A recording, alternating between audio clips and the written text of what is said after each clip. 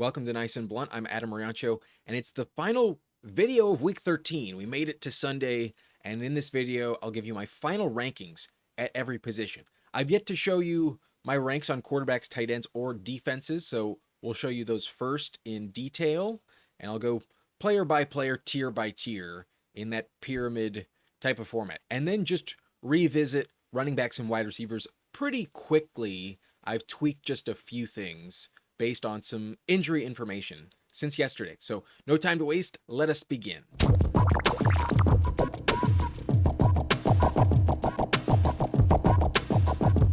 We're starting at quarterback, and a reminder that the 8 teams that have already played on Thanksgiving and Friday are not included in this video. So just consider them on bye, and we will rank every player remaining. But most of them are not going to be in your lineup. There were a lot of good starters on Thanksgiving especially, and odds are you went with even Jalen Hurts in your lineup above some of these guys. But there's still plenty of good players left on the slate. And number 1 is not a surprise. We're going Josh Allen at the top here.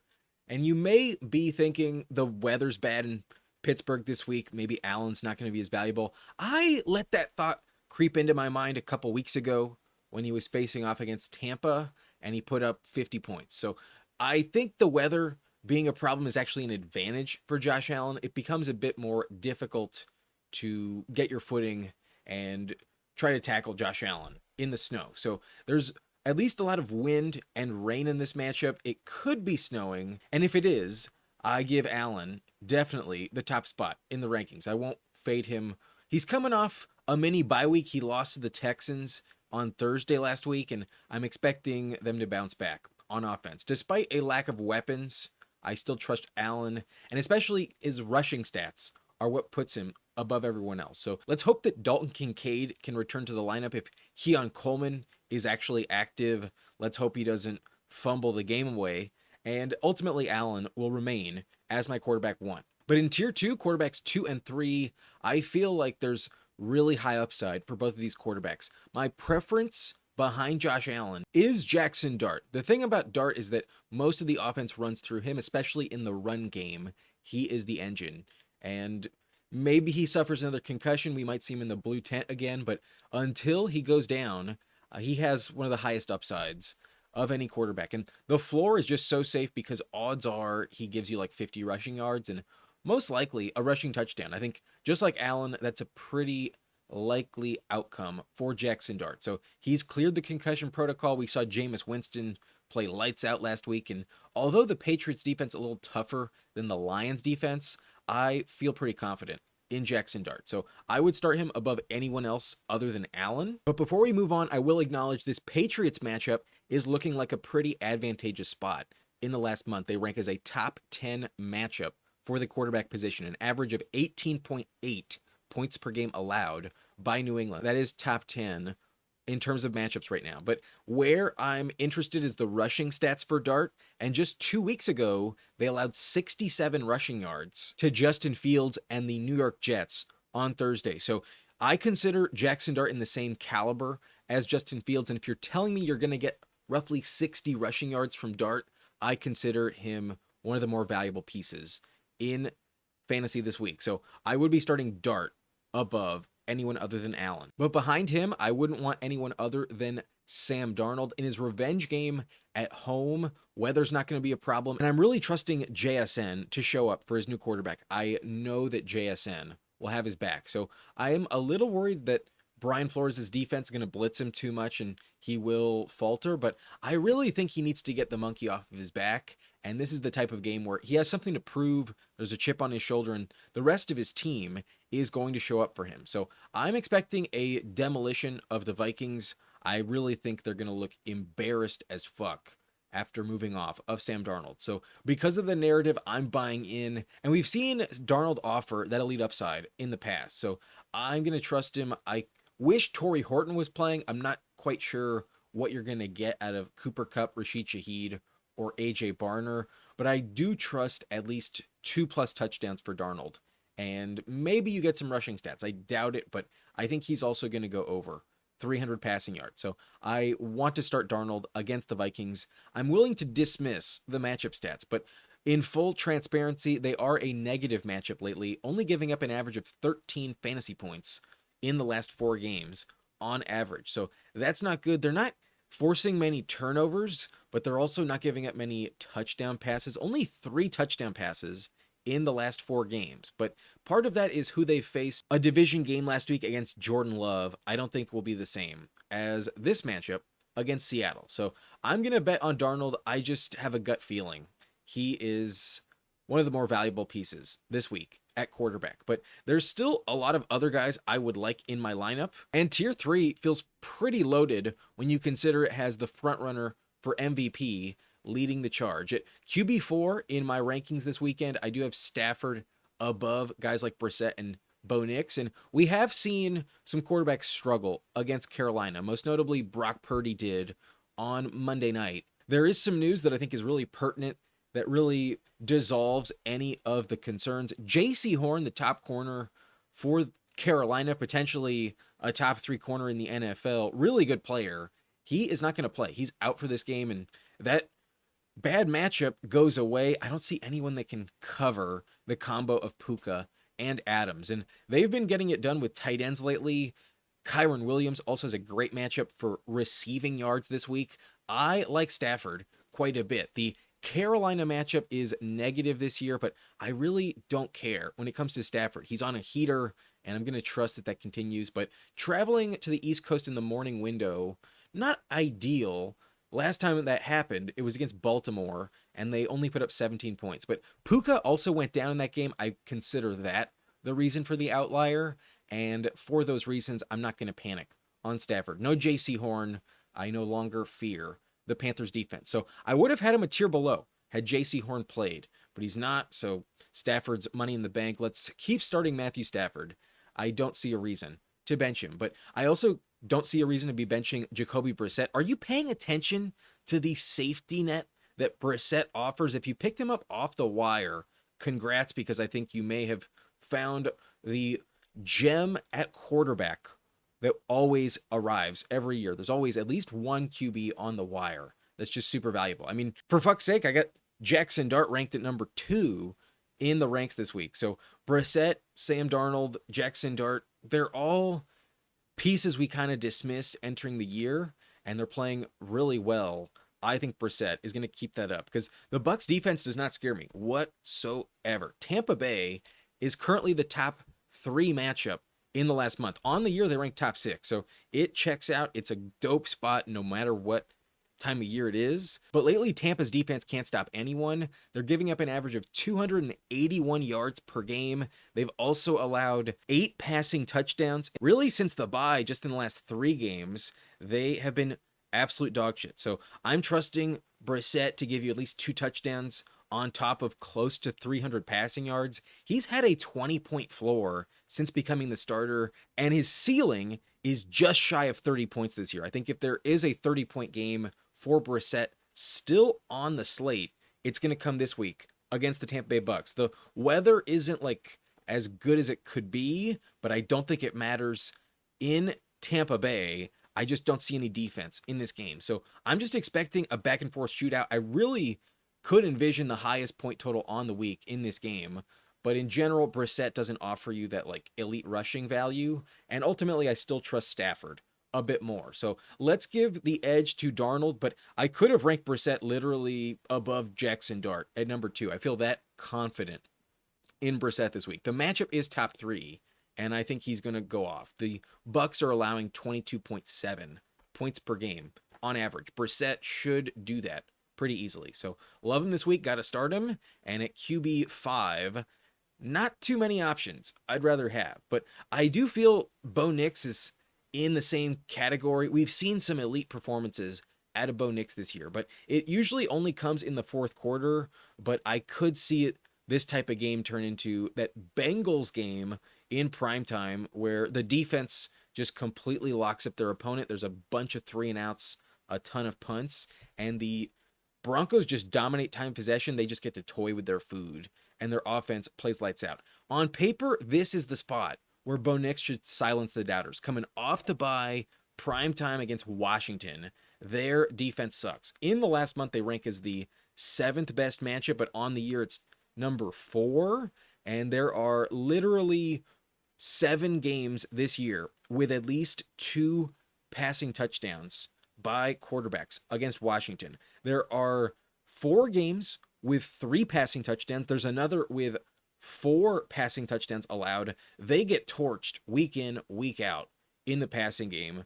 The Commanders have essentially checked out on defense. So injuries have decimated their roster, and especially with a lot of veterans. I don't think it's going to get better as the weeks rack up. So I'm trusting Bo Nix this week. I think everything is a perfect spot for him, but I could also see him shit the bed. I think despite some elite upside, I also see some red flags worth mentioning, but it's just because you can't fully trust Bo Nix. He can burn you or just not show up until the fourth quarter, and it may just not be enough this week to go over 20 points. But I would expect that. Washington is giving that up on average this year. So let's put him in the lineup. I think a very safe play in a good spot. I even like Evan Ingram this week. I trust at least 2 touchdowns for Bo Nix. But in the next tier, I think these are really the players where you have a tough decision. Like for me to rank them behind Bo Nix is a bit telling, but I do consider Bo Nix to get a massive upgrade, and that's the main reason I would fade these guys behind Brissett and Bo Nix. But I do feel very confident this week in saying Justin Herbert will be a top 10 quarterback when it's all said and done. I ultimately think he will still rank top 10 this week in the rankings because the Raiders do not scare me. But if we look at his track record against them, perhaps I'm overestimating him.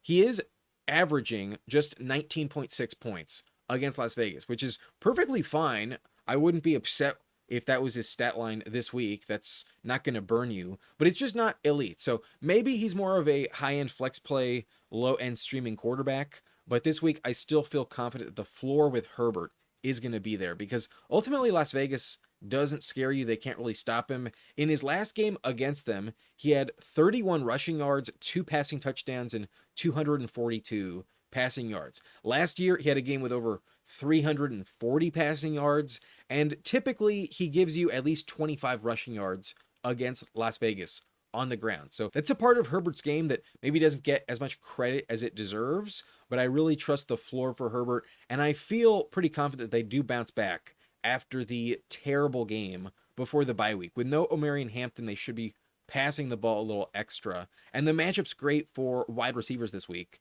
The Raiders don't have a good secondary that you should be worried about. So I do trust Justin Herbert. I think he is bust proof, but I could see players in this tier still have slightly higher upside than him. He's kind of just a very reliable 20-point play, in my opinion, this week. He averages 19.6 per game against Las Vegas. But Trevor Lawrence, I think, could be one of the gems in DFS this week that probably goes drafted way lower than where he should. If you just look at his career against Tennessee, his last 4 games really speak for the upside against Tennessee. An average of 23.5 points per game with 281 yards passing, an average of 2 passing touchdowns per game. He also has only thrown 2 interceptions in those 4 games, no fumbles, with 3 rushing touchdowns on top of it. So with Trevor Lawrence, typically the real key for him is a rushing touchdown. If that hits this week,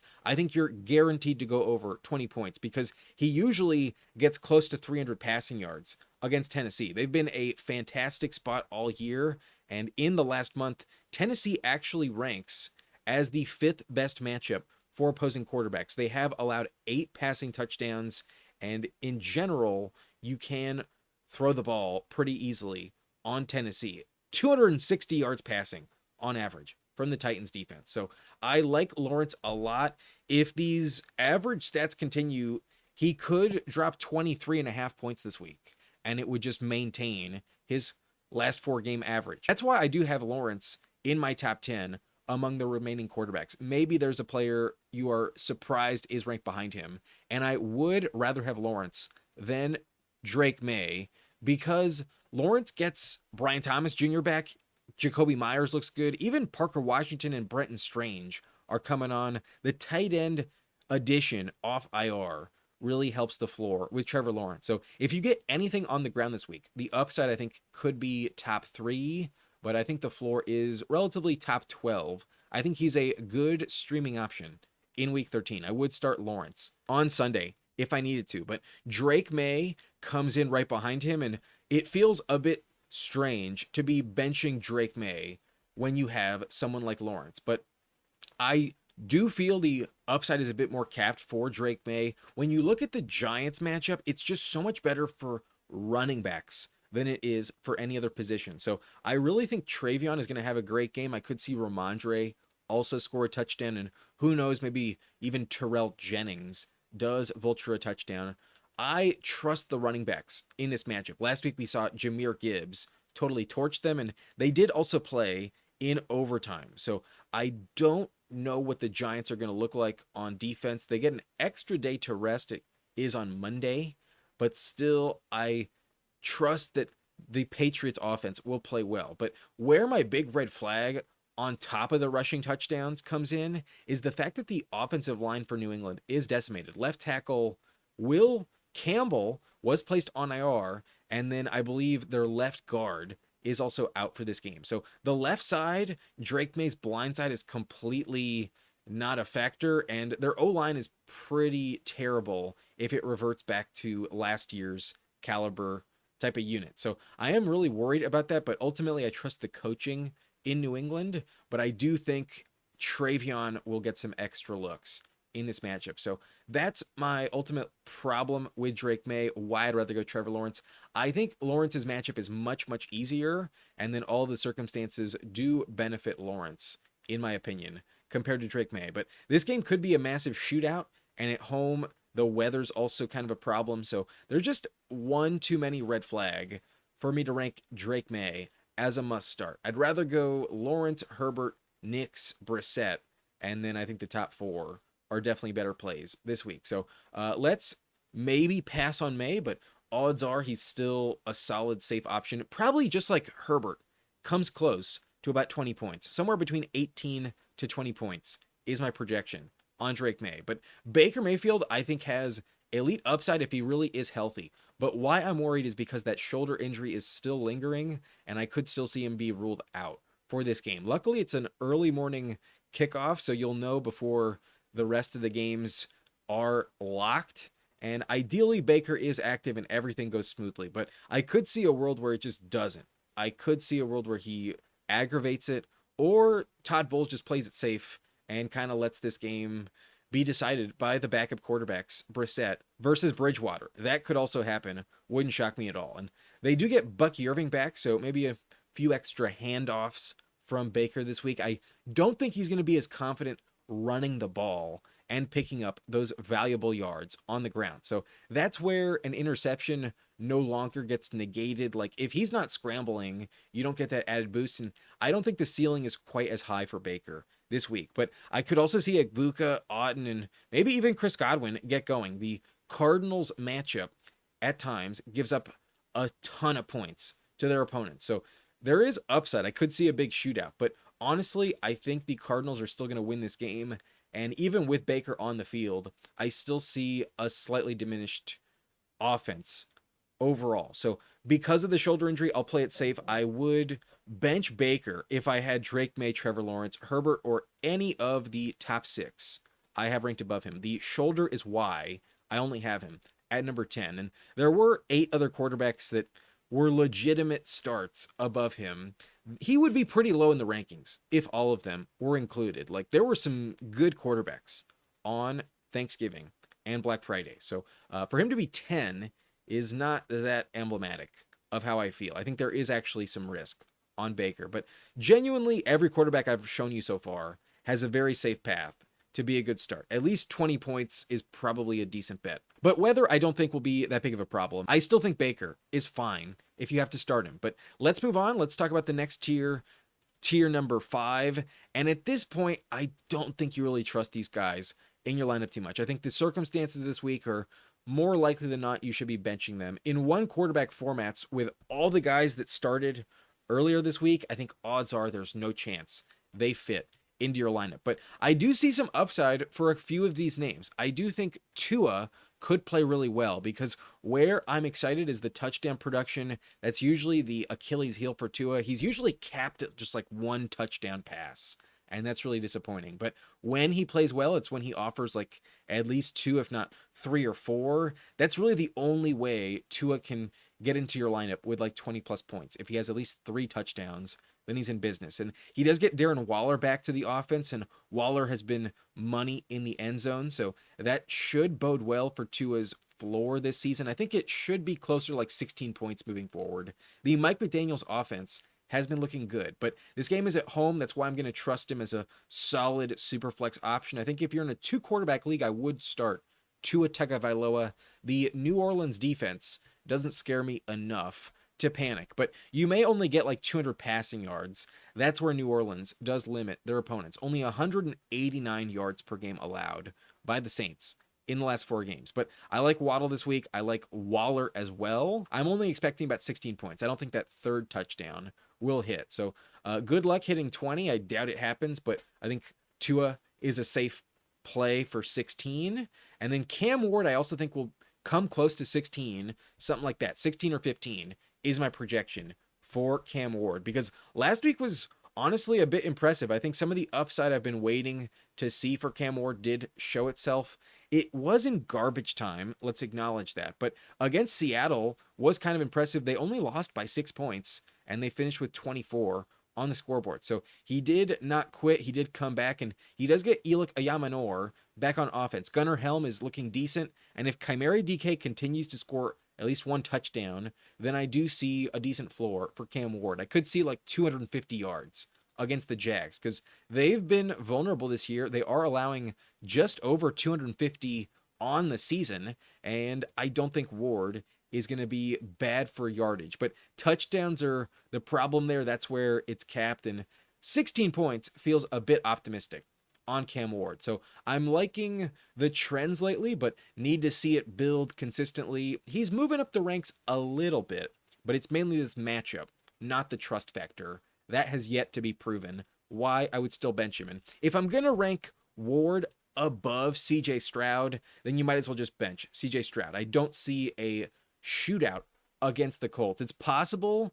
Indianapolis has a great offense, but in general, Houston wins with defense, and in division, I expect the Colts to be pretty hard to get past. So I think Stroud, coming off the concussion, not going to be as good as Davis Mills was, and until I feel confident trusting the chemistry between him and Jaden Higgins, I don't feel safe projecting that 2nd touchdown pass. So Stroud, I think, will be fine with Nico Collins this week. I'm not that terrified of Sauce Gardner, but when you really think about it, on paper, this Colts secondary is now a downgrade. So not ideal. I think the Texans defense is scarier though, and that's why in this game I would rather go Stroud than Daniel Jones. Daniel Jones is dealing with a leg injury right now, and I don't expect many rushing yards from him. I really expect Jonathan Taylor to be the dominant force from the Colts this week. So a big downgrade for guys like Pittman and Alec Pierce, Josh Downs. If Tyler Warren also doesn't play, who's dealing with an illness, then I might want to drop Daniel Jones even lower. I could see the Colts lose this game, but I think they split the series, and I think ultimately they win at home and lose on the road. So that's where I still think he's fine, but I could see him really shit the bed. This is not a good matchup. On the year, it's the toughest you could find. So Houston did hold Josh Allen to 10 points. They get extra time to rest, but in the last month, they are trending a little easier. In the last month, they don't rank last. They rank 25th. So that'd be bottom 8, not the worst you could find. So Jones, I'm a little worried. At this point, I'm telling you to bench him. Behind Cam Ward, definitely don't start Daniel Jones. But in Superflex, this is probably like the last name I would look to because of some good games earlier this year. Playing at home is where I'm still a bit tempted. But Kirk Cousins, I think, is really the last guy I would really even think about rostering. The rest of the way, it's really gross, and there's some bad matchups. But some players that you probably roster ahead of Cousins that I doubt you would drop for Kirk Cousins. So maybe I'm not giving Brock Purdy enough credit, but I do think Cousins against the Jets is more tempting. The Jets defense is not good. On the year, they rank as a top 11 matchup that Kirk Cousins is walking into. So if he had Drake London, I would probably rank him above Cam Ward. However, he does not. So with just Darnell Mooney and Kyle Pitts to trust, you're really hoping that Bijan gives you like a house call reception. And if that's what you're betting on, you might as well just keep this player on the waiver wire. But I am optimistic that when London comes back, especially for that Tampa Bay game, Cousins is going to go off against the Bucks. He owns them. At least last year, he swept them. Was awesome. So a name I'm keeping an eye out on, but this week I would bench him. At this point, let's not start these quarterbacks. But now we are entering the final two tiers, and at this point, it is really, really disgusting. And while maybe I could maybe talk myself into it just for like shits and giggles, it's just a DFS option just to be contrarian. There's no way I'm starting them in regular redraft. And especially in this game, I could see the Falcons defense shit the bed, but Tyrod Taylor still scares the hell out of me, and he doesn't offer the rushing stats that Justin Fields does. So the upside is very capped. I think maximum you're getting like 14 points. And at that point, what are you even trying to accomplish? Unless it's like a super deep, super flex league, I would say it's pointless. But Mariota, I think, is even more risky against Denver. It is a terrible spot. They get Pat Surtain back, and even though Mariota runs the ball and has Terry McLaurin this week, I would just pass. I just don't see the upside. It's just nothing but downside, in my opinion. I think he'll turn it over at least twice, and it's just not going to work out. So let's avoid it. I don't see more than like 13 points on offense from the Commanders this week. I really don't trust Mariota. And then Bryce Young against the Rams, I am scared shitless here. There's some injuries on his offensive line, and the Rams are sacking quarterbacks like crazy. Bryce Young going to have a very rough game here. I don't think he'll play lights out like he did 2 weeks ago against Atlanta. A much different equation. And although there are a couple injuries on the Rams defense this week, I just don't want to press my luck. I don't feel confident projecting Bryce Young to ever go over like 12 points. Like, it's kind of his capped ceiling this week. But against a team like the Rams, maybe they do show up. There's a chance, but I doubt it. It's only if the Rams are too tired on the East Coast at 10 a.m. Pacific. But that's probably not going to work out. I would bench Bryce Young. And against the Chargers, Geno Smith absolutely shit the bed. Back in week 2, he had 3 interceptions, less than 200 yards, and he is not a safe play whatsoever. So maybe some rushing stats are available, but he's been looking banged up quite a bit. The only reason I think maybe the Raiders could play well down the stretch is because they just fired Chip Kelly. And if you read the reports, Chip Kelly was basically sabotaging their offense. He was calling plays that literally weren't even installed in the playbook. So no more Chip Kelly can only benefit Geno Smith, but ultimately against the Chargers off a bye, I think you're asking to lose if you start Geno Smith. But I genuinely think this next tier, tier 7, could offer some negatives. Maybe not from everyone, but at least a couple players I think are really going to struggle this week. I think less than 10 is going to happen most of the time. And I really do not trust Aaron Rodgers coming off of the wrist injury against Buffalo. The weather's going to be gross, and this matchup really benefits running backs, not quarterbacks. So I think he gets vultured by Jalen Warren and Kenny Gainwell. Maybe one of those is a receiving touchdown, but I could literally see 4 touchdowns for the Steelers this week, and all of them go to running backs. So I just don't think it's worth it. Rodgers never has more than like 250 yards. And in this type of weather, I think it could be less than 175.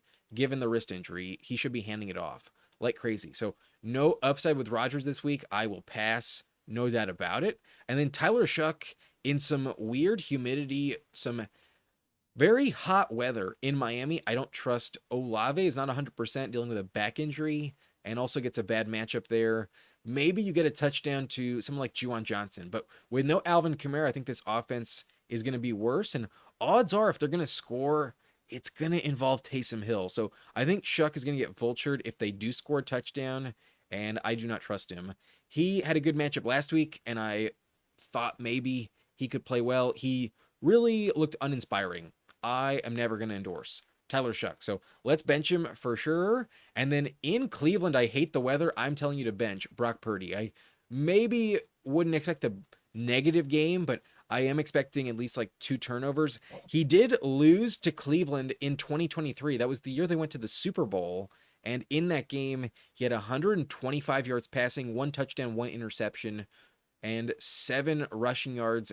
He finished with 7.7 points against Cleveland. So I think the weather is just going to be such a problem. The Browns are also just a terrible matchup regardless of weather. So with all the advantages going to the Browns, I'm expecting the Niners to lose. If you disagree with me vehemently, then go ahead. Be my guest and start Purdy this week. Maybe you want to rank him even above Trevor Lawrence and Justin Herbert. But I don't see it. I don't want to face the Browns defense. They are the 4th toughest matchup on the year, allowing an average of 13.5 points per game. And I will pass. I will just say no thank you.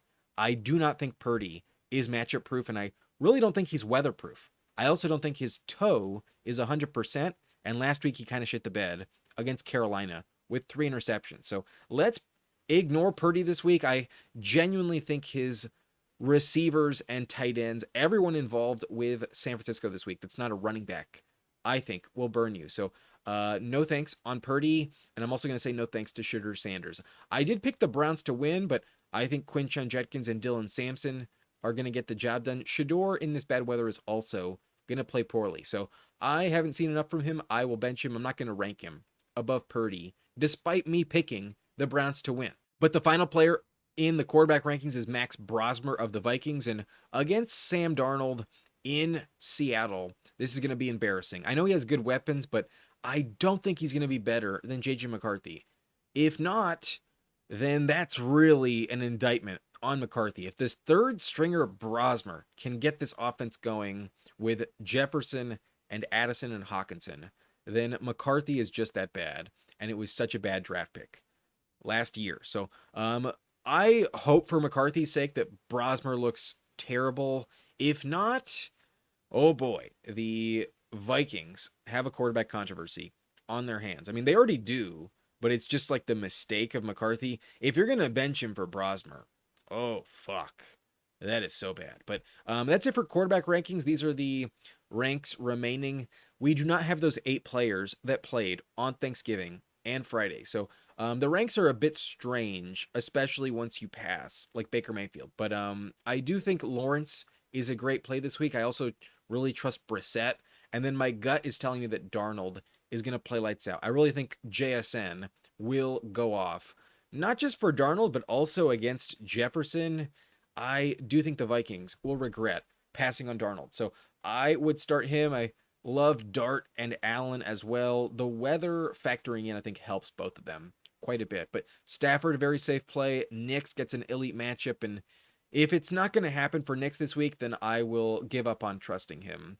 I will ignore him. But I think he has a good game. The Commanders are a great spot. And Herbert's a safe play. Lawrence could play lights out, but let's see if Brian Thomas Jr. is actually fully healthy. And then Drake May might have a difficult matchup with the offensive line struggles, but still I think a decent floor. And then Baker, if he wasn't hurt, would be a lock in the lineup. He should probably still put up 20 points. I think those top 10 are all going to give you about 20 plus this week. So good luck to you. Let's move on to the next position. Now it's time for me to rank tight end. And a reminder, this is half PPR. If you have a full PPR question, go ahead and let me know down in the comments. It changes the equation once we exit like the top 5, top 6. But in general, they're kind of the same most of the time. But in tier 1, I think it's a no-brainer. The best tight end, in my opinion, is clearly Trey McBride. And his success with Brissett is such an indictment on Kyler Murray. Kyler was really holding him back, and it's really sad that he wasn't scoring touchdowns with Kyler Murray. But they're hitting every single week with Brissett. He literally can drop 30 points. In full PPR, he might be like the best flex play you can find against this Bucs defense. I think he's going off. The defense I don't think will show up at all. And McBride will be dominant. So even though Harrison comes back, I want McBride in the lineup. He's just money in the bank. And then at number 2, I have Brock Bowers this week, and the Chargers aren't like the best matchup, but ultimately I'm going to trust that Bowers is going to play well, especially with the firing of Chip Kelly. I do think this offense could look much better down the stretch. There was some optimism going into the year, and ultimately when we've seen them play well, it's because Bowers is fucking dominant. So this is the week where they have to put up or shut up. I think they could get the bump with no Chip Kelly. So I think the offense is better. I think Bowers shows up, and ultimately I think he's matchup proof, so the Chargers don't scare me at the end of the day. Let's get Bowers in the lineup. Let's not bench Brock Bowers. But Tyler Warren, I have it tight end number 3 this week. I think he jumps George Kittle. I think he is a safer play. However, there's a chance he doesn't suit up at all. He did crop up on the injury report with an illness. He is questionable, a game time decision for the game. So let's assume he does play. I think he is matchup proof ultimately. So as long as he's there on the field, I would start him. I don't think you're benching Tyler Warren. He's been too good this year. And last week, unfortunately, the touchdown went to Alec Ogletree instead, but they're still using tight end in the red zone. Ultimately, that will come back to Tyler Warren. So this week it probably hits. Let's keep him in the lineup. It's a bad spot for Pittman and the receivers. They're going to need Warren a little extra. So I do trust him. I don't think the Texans will completely shut him down. And I would rather go with Tyler Warren than George Kittle. I'm worried about the weather affecting San Francisco too much. This Cleveland matchup is also kind of difficult. So Cleveland just scares me. I really don't trust the Niners, and maybe I'm just a hater. Maybe I don't trust Brock Purdy, and it's going to be a bad take predicting the Browns to win. But I really just don't see much offense. In 2023, when the Browns beat San Francisco the year they went to the Super Bowl, Purdy played really poorly, and Kittle had probably one of the worst games of his career. He only had 2 targets, 1 catch, 1 yard, and that's 0.6 fantasy points. There was a bagel from him earlier this year coming off an injury, and maybe this game is equally as bad. So Kittle could be dog shit this week, but ultimately I just don't think I can fade him too much. But I would understand dropping him down like another 2 tiers. Like maybe some other players I have ranked in the top 10 are actually safer than George Kittle, but based on name value, it just feels strange to put him any lower. Like visually, I originally had him behind Dalton Schultz, and when I saw it, I was like, no, I don't think I can do that. Let's put him at number 4. Behind Tyler Warren, I think is fair, but I don't think I can put him behind Dalton Schultz. But Dalton Schultz gets an awesome matchup this week. I feel really confident in Dalton Schultz. And if you look at his game log against Indianapolis, the only thing missing from him is a touchdown. Does not have a touchdown in his last 4 games against Indy, but an average of 5.7 targets for 4 receptions per game and 48 yards per game. He should give you well over 6 points in this spot. So from a floor standpoint, I do think Schultz is bust proof. But when you look at this Indianapolis matchup, it is the 6th best spot for tight ends on the year. They're allowing 13 plus points on average per week. So I could see a lot of yardage. That's kind of the main upgrade for tight ends against Indianapolis. They're allowing 72 yards per game this year. So in general, that's what we need from Schultz. He rarely gives you a touchdown. So I do think the volume will hit a little bit extra. And I do think he's likely going over 50 receiving yards this week. And matchups are the key for Schultz in good spots. I've endorsed him and he's paid off. So this week I will go back to him. I can trust him from a volume standpoint. I think he's a safe play, but there were some good tight ends earlier in the week, like Travis Kelce, Jake Ferguson, Dallas Goedert as well. So maybe you went with Andrews over Dalton Schultz and you might regret it, but I do trust Schultz to be a bust-proof floor play. You may not get a touchdown, but odds are you get at least 7 to 8 points from Dalton Schultz on catches and yards alone. 5 catches for 50 yards, I think, is the minimum for Dalton Schultz this week. So I would start him, a very reliable, safe option. And in general, that's how I consider Juwan Johnson as well. A very reliable fantasy play, especially in full PPR leagues. He's pretty guaranteed to give you double digits most weeks. But this matchup against Miami is a very good spot. It's actually better than the matchup for Dalton Schultz. So maybe I should rank him higher, but ultimately I don't trust Tyler Shough as much as CJ Stroud. So his tiebreaker in this tier is the quarterback play. I do worry about Shough getting the job done. But on the year, the Dolphins are giving up 82 yards per game to tight ends this season, and that is a very safe spot. They've also allowed 4 tight end touchdowns in just their last 3 games. There is some upside there in the red zone, but trusting the Saints to give you a touchdown is really a very unsafe proposition in general. So maybe this is a Taysom Hill week. Maybe they test out Devin Neal, but I do see Juwan Johnson to have a safer floor than Chris Olave in this matchup. The matchup is good for Juwan Johnson against the Dolphins. So I think just like Schultz, a very safe, reliable start. I would project at least 50 yards for Juwan Johnson. But then in the 4th tier, I think now is where we're just chasing touchdowns. And now that Jaxson Dart returns to the offense, I would expect Theo Johnson to have better chemistry in the red zone. Even with Jameis Winston last week, he almost won the game with a touchdown reception that would have hit if not for a great defensive play. It was broken up by the corner. So Theo Johnson is getting those targets. He played well against the Lions last week. And if you look at the Patriots matchup, they are kind of vulnerable against opposing tight ends. It has been a decent top 12 matchup this year for the position, but lately it's trending a bit downwards, only an average of 9.2 points per game allowed. That would rank 19th in the last month. So Theo maybe doesn't go over 10 points, but I do think a touchdown is a decent bet to be making with him most of the time. So with Jaxson Dart, I feel a little more confident. The upside, I think, is a bit higher than most other remaining tight ends, and in general, the floor probably is good for 40 yards. So Theo, I think, is a better play than Darren Waller, but Waller has been really reliably getting touchdowns in Miami, and he is coming back to the offense. He was activated off of IR, so I consider him a good streaming option. Maybe you want to pump the brakes and wait to see what he does before you lock him in the lineup, but honestly, if you're in a jam, if you're streaming tight end, he's my preference off the wire. I think too many people dropped him. He has a lot of upside, and he can literally score a touchdown every single week. So I would start him. This Dolphins tight end has been valuable dating back to last year, and as a healthy weapon for Mike McDaniel, I think Waller will be used quite a bit. So in the red zone, he's kind of the safest touchdown bet other than Achane, and I do think he will crack the end zone yet again. So I like him as a good top 12 tight end this week.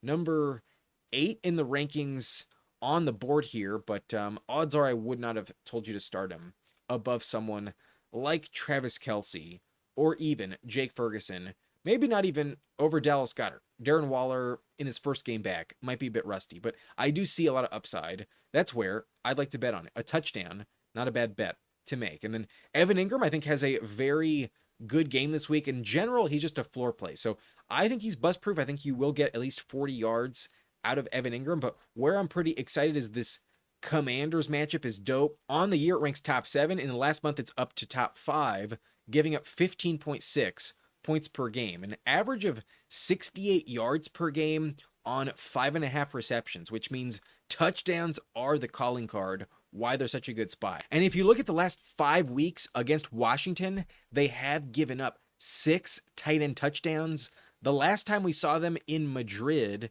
they didn't give up a single touchdown, but that was a weird game. Otherwise, they were hitting pretty consistently for a month straight. So I'm not expecting the Commanders to just all of a sudden be great on defense. I think off the bye, it's more likely they've checked out on defense. And I think Evan Ingram has a good chance at a touchdown in this matchup. But in general, the floor is very safe, and the yardage, I think, will be there, like always, for 40 plus yards. So a 6-point floor with Ingram with tremendous double-digit upside. If he does get that touchdown, you probably go over 15 points. That is what Washington is allowing on average in the last 4 games. So love Ingram this week. I want to rank him higher, but in general, the Broncos offense is a bit tough to predict where those touchdowns are going.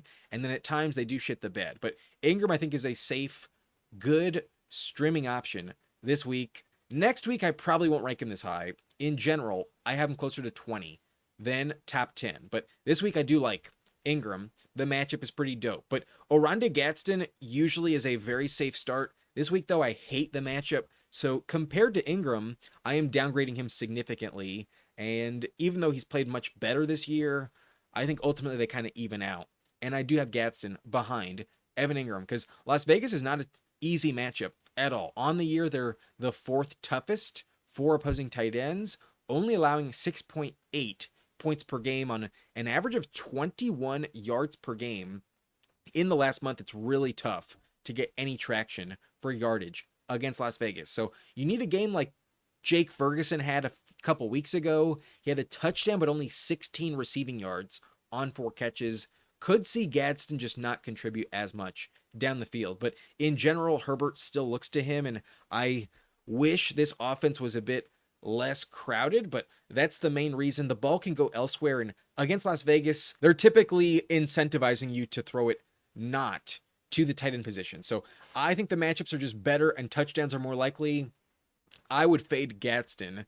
I don't think this is the week where he has that elite upside, but he's been good. I understand if you think I'm too low on Gadsden. Behind some of these names, it does shock myself as well. But let me move on to the next tier. At this point, I think we're likely going to be benching most of these tight ends. It's getting a little bit gross, but there is value remaining on the board. But Colby Parkinson is probably not getting the love he deserves. 3 straight games with a touchdown, and with Tyler Higbee going on IR, this tight end room is up for grabs. And it looked like last week he claimed it for himself. I thought maybe the rookie Terrence Ferguson could contribute, but really it's Davis Allen. Ferguson had a bagel with just 1 target, no catches. Parkinson was way more involved than any other tight end. So I'm going to trust that. I trust Stafford to be throwing touchdowns, and the Sean McVay Rams are going 13 personnel quite often in the red zone. So Parkinson, I think, will be running another end zone route. I think if a touchdown hits again, don't be shocked at all. He's really valuable, and I don't think he should be slept on. But there's a lot of good tight ends. There's a lot of options you can look to. In the Rams offense, though, I think remaining among the options, he's most likely getting a touchdown. I like Parkinson a decent amount at tight end 11 this weekend. But number 12 is Brenton Strange, who I think is a much safer yardage option. Last week he had 5 catches for 90 plus yards, and he does get targeted down the field. The Titans matchup isn't scary. In his career, though, he has no impressive stats against Tennessee. They often really shut him down. A maximum of 1 reception in his career against Tennessee. And the matchup is bottom 10 for tight ends, so not a big upgrade. It's just kind of, will Strange do this every week? And I just want to see it before I endorse him. So I think a touchdown's more likely for the Rams tight end Parkinson, but I could see a safer floor with Strange. I did pick him up on the waiver wire in the Blunt League. I got to bench Kittle next week because of his bye week. And given the weather for Kittle, I could actually see Strange have a better game than Kittle, but it's going to be hard to convince me you should be benching George Kittle for Brenton Strange. But it is possible that is the way to go. I might be burning myself trusting Kittle in the bad weather. But Strange, I think, is a fine backup to have. Roughly like tight end 15 going down the stretch in my rest of season rankings. Something around there. Not better than top 12, definitely not that high, but also definitely not worse than number 20. Going to be in the streaming conversation every week going forward. But Cade Otton, I think, has a interesting matchup here against Arizona, a defense that is kind of just given up. They are not stopping anyone at the moment. And on the year, it's a top 10 matchup, top 8 to be precise, and you might get some good yardage out of Cade Otton. But in general, he's not giving you touchdowns, so similar argument to be made than Strange. And if that's not going to happen, let's avoid him. I'd rather go Evan Ingram or Darren Waller if I was looking to the waiver wire. So let's leave Otton alone with Godwin coming back. Maybe some volume goes away, but touchdowns just haven't quite hit for Otton. I'm a bit worried it doesn't happen at all this year. But AJ Barner, always kind of slept on, always involved. Like, he should be ranked higher. He deserves more credit, but it's just kind of hard to convince me that all these other names are going to be less valuable than AJ Barner. Ultimately, I kind of understand why people are sleeping on him. But Darnold probably has a big revenge spot. The Vikings are a top 10 matchup, so maybe I'm not giving him enough credit. He could be more valuable than even Juwan Johnson and Dalton Schultz this week. I could rank him top 10 and make a clear argument why you should do that. But let's ignore him. It just feels a little unlikely to work out. But at times he has been money in the bank. At times his volume is pretty high. But Hunter Henry right behind him had a great game last week. I just think it was matchup dependent, not really something you can trust to hit. The Giants are not anywhere near as easy of a spot, but they don't scare you either. I'm not that panicked about it. They're just so easy to run against. That's where I don't trust Henry. Against Cincinnati, everyone scores a touchdown. He's not giving you 20 points every week. So expecting to fall back down to earth, the matchup last week was why he played so well. I called it. I ranked him top 10, and he was lights out. But at this point, behind Hunter Henry, if I'm telling you to bench Hunter Henry, why would you start anyone else? But there is some interesting names still left, and I do have Gunnar Helm, the rookie in Tennessee, on my radar because Calvin Ridley went down with an injury. No other receiver has really stepped up, and Gunnar Helm has already overtaken Okonkwo on the depth chart. He is listed as the starter. Okonkwo is the backup, and last week he played pretty well. He has a few good games so far, and everyone just completely sleeps on Tennessee, but especially at tight end where the bar is much lower, there is value to go around. Cam Ward is putting up good yardage, and although I don't trust a touchdown to income for Gunnar Helm, he has scored at times this year. He's not a player to dismiss. Rookie tight ends sometimes play well. Look at Oronde Gadsden. No one knew about Gadsden. Gunnar Helm was drafted much higher than Gadsden. So Helm, I think, has talent. If he beat out Okonkwo, I think he could be legit. So he's also going to crack the top 20 pretty consistently. If this week he proves he can do it again. I want to give it one more week, but Helm is on my radar. But TJ Hawkinson might be the dark horse candidate for the Vikings this week. The matchup for him against Seattle is pretty good. They're really good at stopping receivers, but have been inept against tight ends this year. It is a top 5 matchup for TJ Hawkinson. So they have allowed 85 yards per game in the last month. Maybe Max Brosmer does actually play better than we think. He might actually be much better than McCarthy. So perhaps that's the spot you want, but it feels so desperate. I'd rather go Gunnar Helm. I think that's all you need to know with benching TJ Hawkinson. But if you're going to be desperate, why not swing for the fence with Taysom Hill? You know at some point it's coming. You know there's a 20, 30-point game for Taysom Hill incoming pretty soon. But against the Dolphins in 80-degree weather, maybe not. I don't know if that's the spot. I think it'll be a home game, maybe even in division, where Taysom Hill does play well. It's probably like against Carolina or some shit at home coming up soon. But perhaps not. Maybe Taysom Hill is washed. Last year's injury was kind of a big deal, but he did get 10 rush attempts last week. He might be getting a lot of volume now that Kamara went down. He's also on my radar. I might be telling you to pick him up on Tuesday. Keep an eye on Taysom Hill, but Harold Fannin would be ranked much higher if not for the weather, but I'm going to bench him. I don't trust Shedeur Sanders, and although Njoku played last week, put up a bagel, he looks healthier this week, and odds are contributes a little bit more. But Fannin is definitely the only Browns tight end I would consider. Last week really scared me off of Njoku, so good luck there. I think the weather really caps you. I think it's not worth it. And then this last tier, I think at this point you are asking to lose more likely than not. But we have seen them play well at times. Like Zach Ertz isn't the worst tight end option you could offer as a streamer this week, but it's a little too obvious with Mariota. I don't trust him as much, and especially with Terry coming back to the lineup. Now the real value with Ertz is gone. So the volume will be diminished. You need a touchdown, and odds are it doesn't hit. The Broncos scare me, no thanks, with Zach Ertz. And although the argument for Kyle Pitts makes sense, there's no Drake London. The ball has to go somewhere. He still sucks. He still shits the bed. And if he does play well, it's such a fluke. I don't want to trust Kyle Pitts. I don't think it's worth it to put your fate in his hands. It's just not the season where Kyle Pitts turns it around. I think he will struggle to get a good contract in free agency next year. We'll see where he lands, but I don't think he's coming back to Atlanta. With Mason Taylor, I just don't trust the Jets offense. It looks like John Mechie, other than Breece Hall, is the only one I'm interested in. The matchup against Atlanta isn't atrociously bad, but if they're good at stopping anything, it's tight end. Let's ignore Mason Taylor. And I'm also going to ignore Jatavian Sanders. I don't trust Bryce Young enough, and Jatavian has flashed at times, but way too inconsistent and just hasn't shown up this year I will ignore him against the Rams. I don't think it's worth it. And last player to mention is Darnell Washington, who I think is a little more interesting than the other tight ends in Pittsburgh. But with 3, it's kind of just because he's a novel name and I haven't endorsed him too long, why I rank him above them. But against Buffalo, it's a terrible matchup. They're actually the toughest this season. And with bad weather, I would pass on Darnell Washington. But just wanted to acknowledge the Steelers tight end in these rankings. But that's it for tight end. The top 10, I think, are really the only ones that you should be trusting. But I do think Parkinson and Strange, just outside the top 10, still have a compelling argument. Even Otton, Barner, and Hunter Henry are kind of interesting. But I could see Gunnar Helm outscore all of them, and for that reason, I'd probably bench them.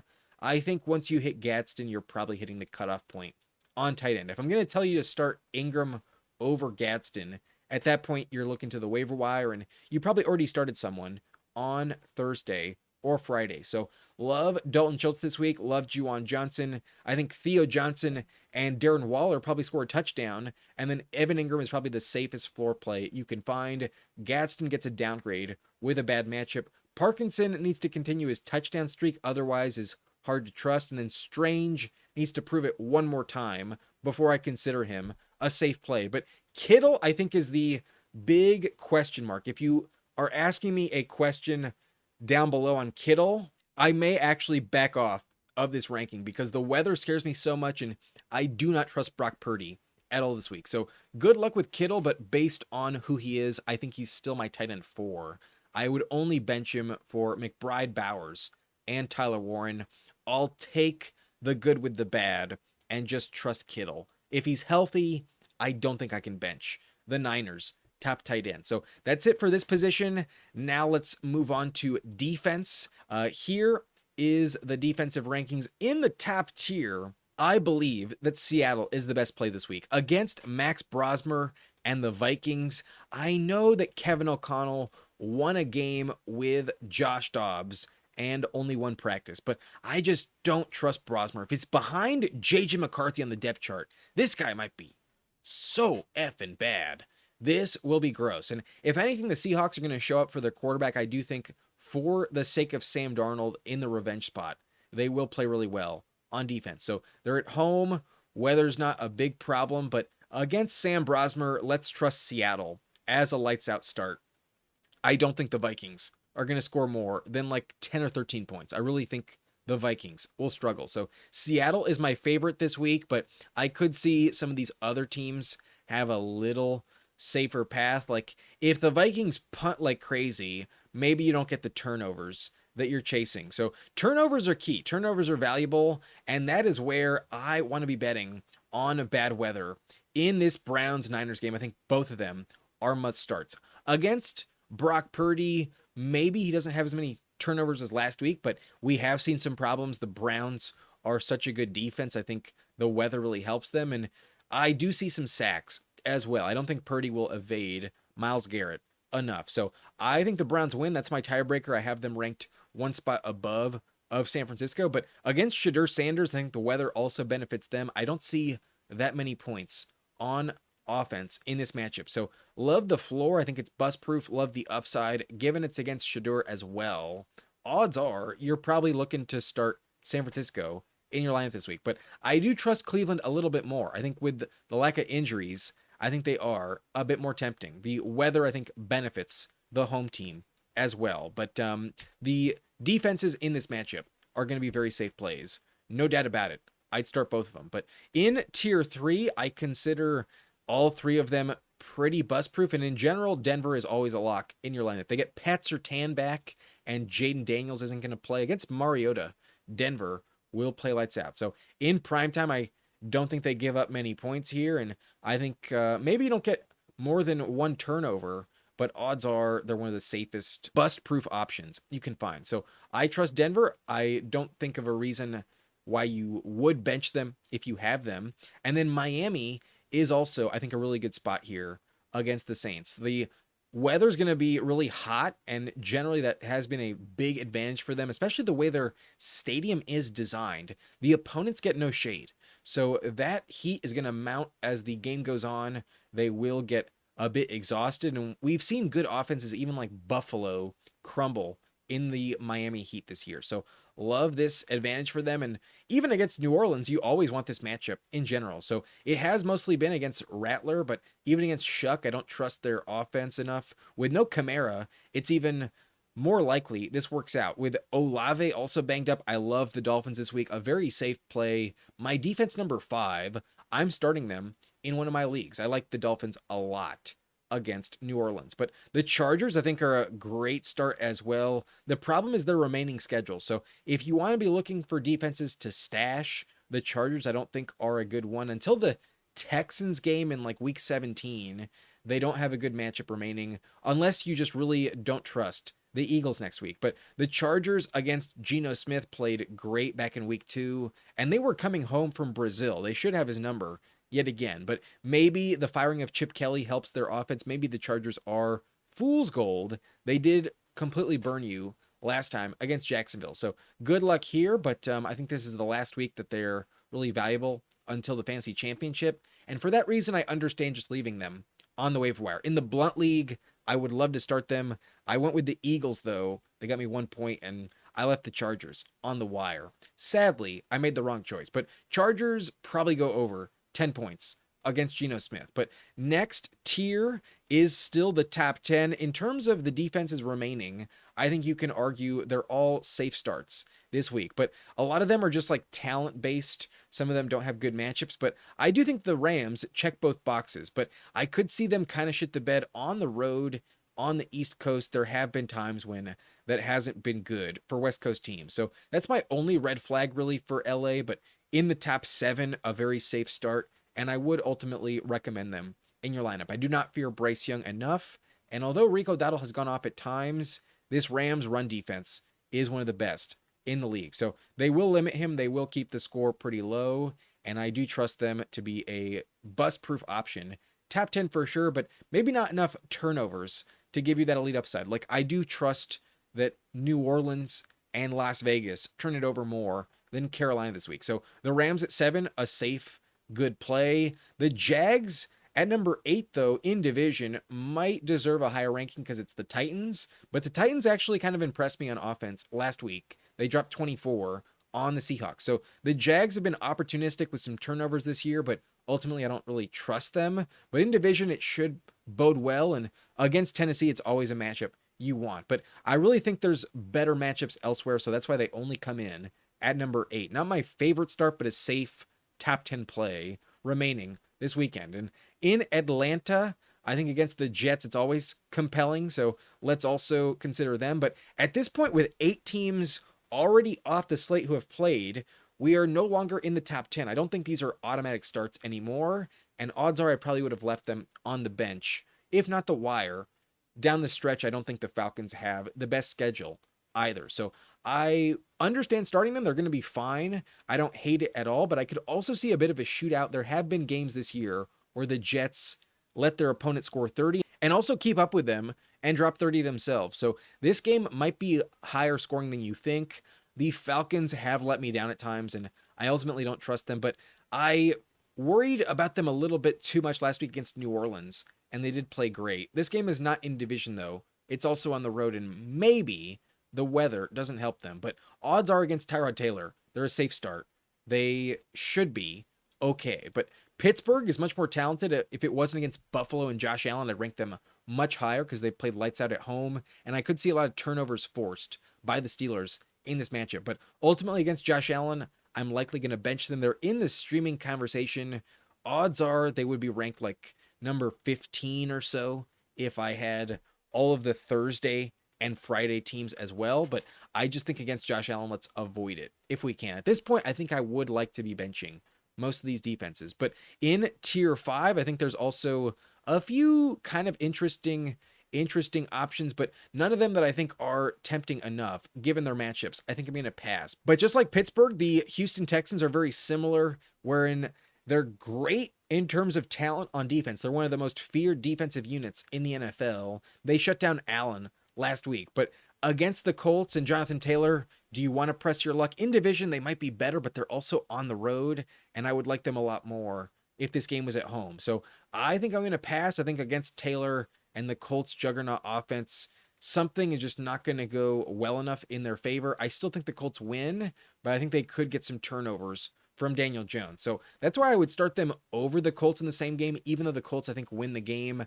I don't think they get enough turnovers or sacks, and I think the Texans' defense is more valuable. But the Colts are right behind them, neck and neck, and I get it if you would prefer to go in that direction. If you think the Colts win, then that might help them a little bit. But the Bills, I think, will win, and I don't think they're as valuable as Pittsburgh. I don't think they force as many turnovers. The Bills' defense is nowhere near as talented as Pittsburgh or Houston. Even Indianapolis, much safer. So even though the weather helps them against Pittsburgh and Aaron Rodgers, I don't trust their run defense. I think Warren and Gainwell burn you, so I'll pass on Buffalo.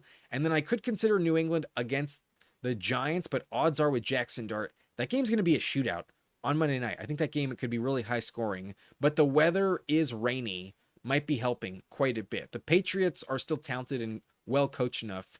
They might really step up on special teams as well. I could see like a house call on a kick or punt return that really helps you with the Patriots. But the last one I think I'd really consider or even think about, but against the Giants, I think I'll pass. But the Jets against the Falcons, I'm definitely passing. It's just because this tier needs 5 teams, why they're in the same conversation as the other ones. But the rest of the way, I have no desire to start anyone. I'm definitely telling you to bench the remaining defenses, and I have them all in the same tier. The bottom tier is the bottom of the barrel, and I would bench every single one this week. But the Titans in division hosting Jacksonville, division games are sometimes odd, and maybe they wake up a little bit, but I don't trust them. Their defense is terrible, and I think you're asking to lose against the Jaguars. But against the Dolphins, I like that offense right now, and the Saints didn't step up against Kirk Cousins last week, so on the road with some heat, I think it'll get to them. I think they'll be really bad,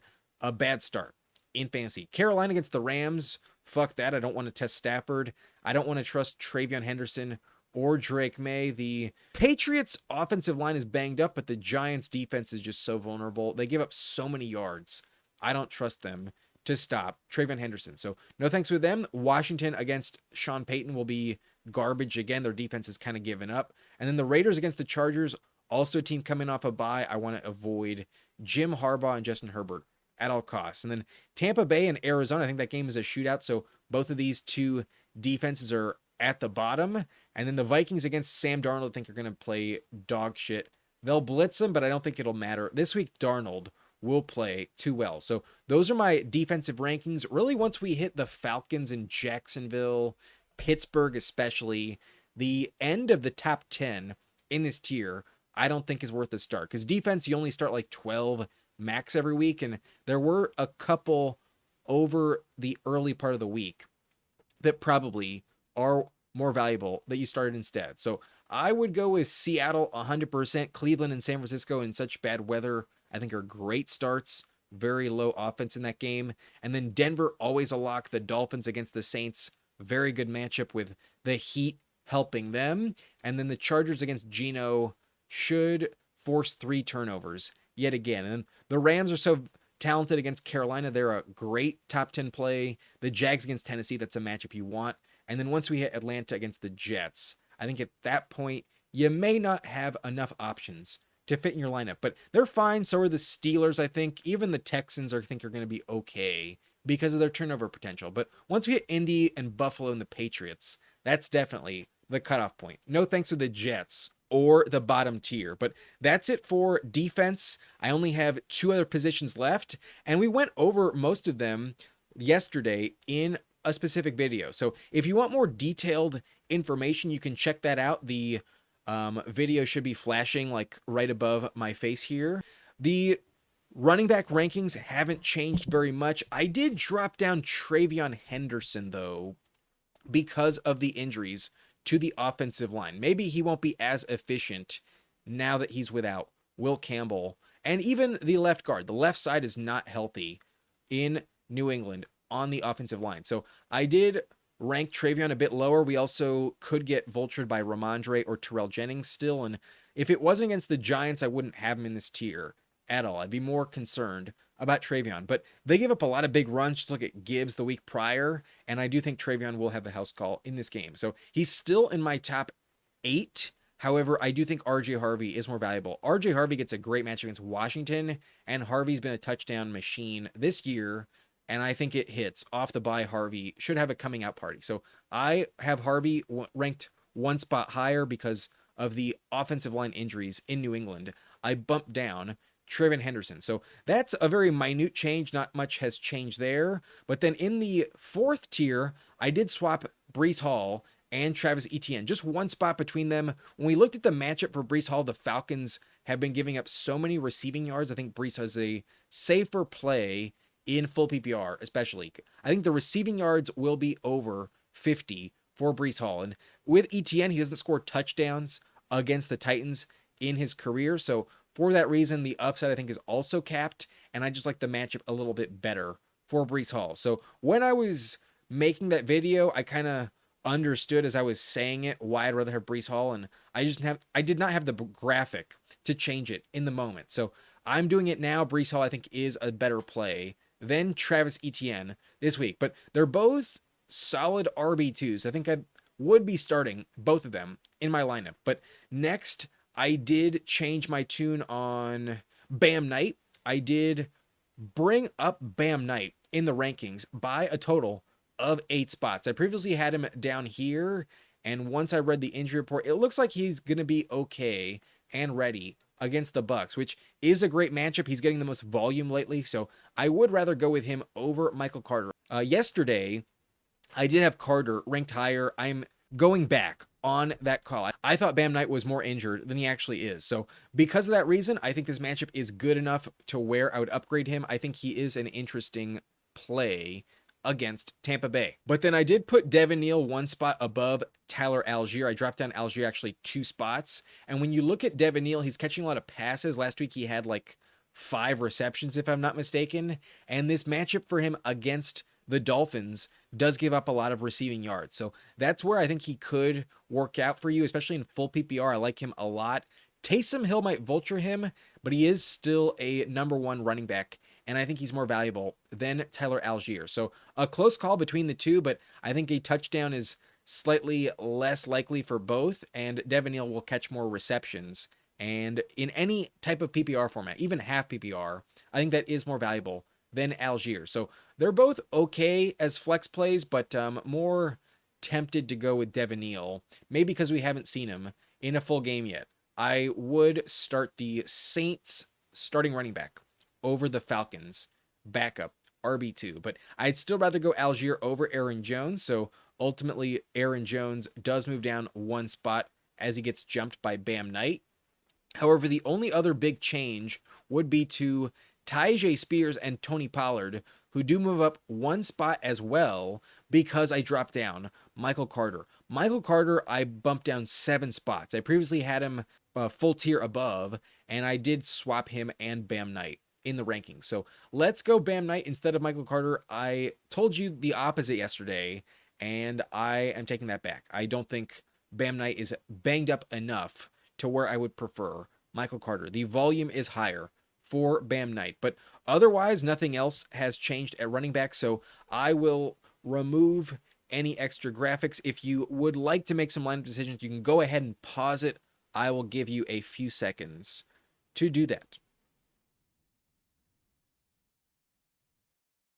All right, let's move on. And this is the last position in the video. The final update is at wide receiver. So not too many changes. For the most part, everything is the same. However, I did kind of feel like I was under ranking Justin Jefferson. I did bump up Jefferson 3 spots overall. Maybe I can get rid of my face and you can see Justin Jefferson a little bit better. But I do think he's just a tier above. I think I ranked him just a little bit too low. I kind of feel like Brosmer might be better than JJ McCarthy. So maybe I'm just shitting on McCarthy too much, but I genuinely think it can't get any worse. And I do know that the volume will go to Justin Jefferson. So let's still trust Kevin O'Connell a little bit. There is an easier path for targets for Jefferson than there is for Keenan Allen or Quentin Johnston. So I'd rather go with Jefferson than a Chargers receiver and DK Metcalf. Those are the 3 players that he jumped in my rankings. I previously had Jefferson right here ahead of Ted McMillan. But Metcalf, I don't think is as good, so let's go with Jefferson instead. And then to rank him behind QJ and Keenan, I think felt disrespectful. So I have him 3 spots higher, but I prefer the matchup for Sutton and Franklin. I trust the passing volume in Arizona more. And then even Darnell Mooney in Atlanta against the Jets with no London, I think is more valuable. So Jefferson, still not that good, but odds are he's a bit more valuable. Odds are he's a good enough flex play where I'd go with him above guys like Keenan Allen and Quentin Johnston. So moves up 3 spots. Those other guys move down 1 spot. But then the only other change is in Las Vegas, where I did put Tyler Lockett above of Trey Tucker. But Lockett was banged up this week in practice and may not be 100%. I think he's more valuable than Trey Tucker, but that isn't saying much. The Chargers matchup is bad, and I would be benching both of them, but I did swap them in the rankings. So that is it for this position. Otherwise, everything is the same as yesterday's. And if you want more detailed outlooks on all of my rankings, you can check out that video. I posted it last night, Saturday, and it is on the channel page. It'll be available here if you are still interested. So if you want a screenshot, go ahead and take it. I'll give you a few seconds to pause and take a screenshot. But that's it for this video. If you enjoyed, hit that like button and subscribe to the channel for more content like this. I was tempted to make a couple changes with my win-loss picks. I almost took the Steelers against the Bills because Deion Dawkins and the right tackle is also out for Buffalo, but I decided not to. Let's trust Josh Allen in the bad weather. I still think he beats Pittsburgh. And then I was also tempted to take Tampa Bay over Arizona because Baker and Bucky Irving are going to suit up for Tampa most likely, but I still have a feeling that Arizona's offense is due for a win. The Bucs defense is so bad, I'm going to stick with the Cardinals to get the win. So for that reason, I almost want to add Arizona plus 3.5 as a pick against the spread, but ultimately I don't think I'm going to do that. Ultimately, I'm going to stand pat.